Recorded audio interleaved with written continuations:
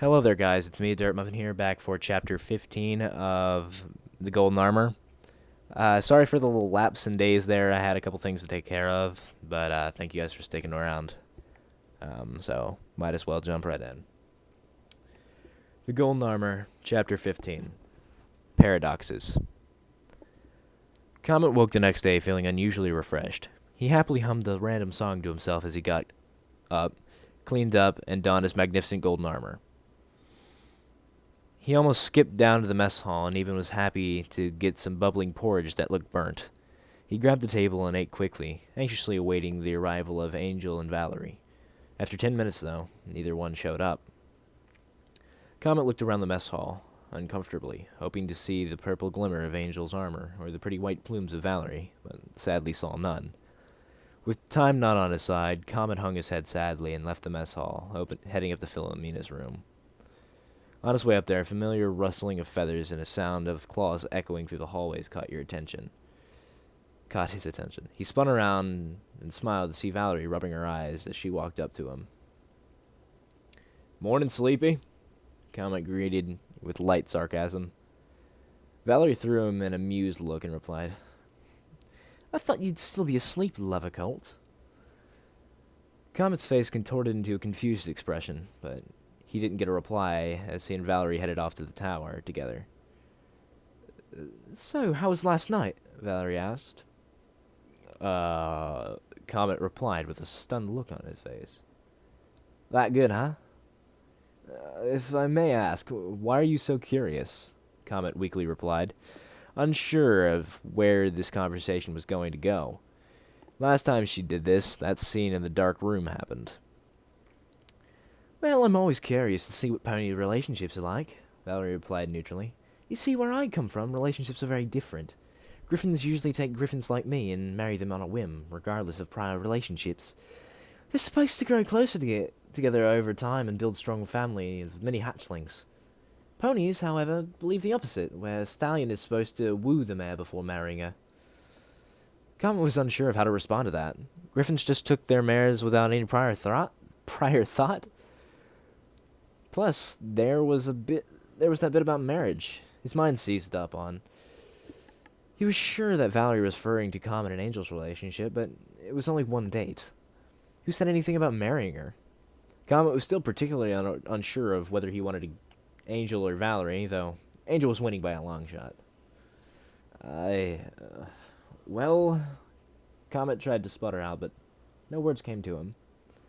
Valerie gave a soft laugh and continued. "Don't worry about responding to that. I was just giving you some background of Griffin relationships." She sighed and said, "It's kind of funny, actually." "What is?" Comet asked. "I think it would be pretty nice having a pony to woo me." She slightly hinted and gave him a sideways glance. Out of the corner of her eye, she saw Comet's expression go from comfortable to "where did that come from?"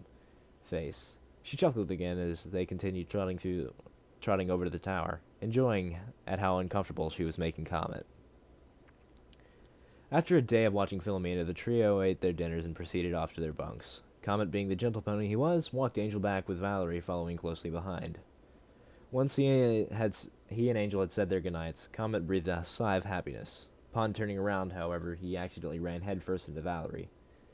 As if some cosmic joke decided to play out, the floor was wet from a leaky roof, and Valerie slipped, grabbing onto Comet as he yelped, and fell to her side. The Comet stumbled and, in order to avoid stomping on Valerie, managed to somehow stand over top of her. As the two of them looked at each other, Valerie noticed how red Comet's face had gotten.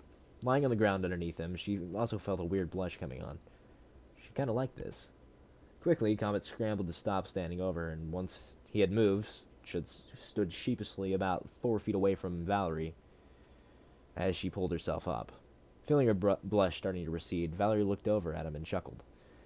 "He looked so big and strong a couple seconds ago, but now he's acting like some scared hatchling." Feeling particularly brave, Valerie slowly walked up to Comet, who fumbled with his words, trying to wish her a good night. "Hey, just so you know," Valerie cooed him, "I thought you looked rather hot standing over me like that." If possible, Comet's face reddened even more, and Valerie chuckled. He was so shy and nervous. It was actually kind of cute, too. She wondered just how far he'd ever gotten with a mare and decided to test it out. Completely forgetting the fact that he'd just gone on a date with Angel, Valerie leaned a little closer to him, and when his head turned to her nervously, his lips met her beak. It was a quick little kiss, but it was enough to tell Valerie that he had no experience with mares. Comet jerked back after 2 seconds and blushed even harder as Valerie gave another small laugh. My office still stands, Comet, she whispered before disappearing into the bunk room. Comet rubbed his head and trudged off to his bunk with a headache. As he walked, his mind continued to war with itself until he laid down into the bed. Today was a rough day, and Comet felt his newfound luck sour quickly. Maybe things wouldn't go his way anyways. Maybe it would just go like it had for her. Comet immediately had tried to repress those thoughts, but his conflicting feelings about Angel and Valerie prevented that. He needed her advice more now than ever. He sorely missed her. His big sister, Nova. Outside the castle grounds, 2 ponies were standing around by the forest. An earth pony had his flank in the air as he rustled about in some bushes, and a royal guard yawned. You almost done yet, the guard complained. The earth pony sucked his teeth and replied, You know, asking me after we just started won't make it go any... Ah! The guard spun around only to find an earth pony missing. Ha ha, very funny, the guard said sarcastically and whined. He had barely finished speaking when a black figure leaped from the forest and collided with the guard. He toppled over, surprised, and landed on his right wing. It had been injured when he was younger. The guard wore a piece of steel over it to protect the weak spot. The metal scraped over a rock, and the guard thanked Luna he was wearing that. He thought it was the earth pony who tackled him and prepared to give a good tongue lashing at him, but a set of iridescent blue eyes stared back at him. The guard gave a surprised yelp, and he recognized what it was, but a bolt of green magic struck him, causing him to pass out. You fool! Came a raspy voice. You should have let him see you. The dark figure turned its head around and bared 2 large white fangs. Shut up, he snapped back. You know this was going to be difficult. Gorgon, we have to be stealthy, came the voice again, as several changelings cautiously exited the forest along with the earth pony.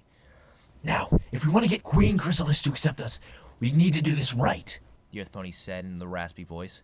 Now, hide in with the others, and do it quickly. Okay, thank you guys for listening. I will leave the stuff, the link to the chapter in the description, as well as my Skype, and please leave a comment in the down low.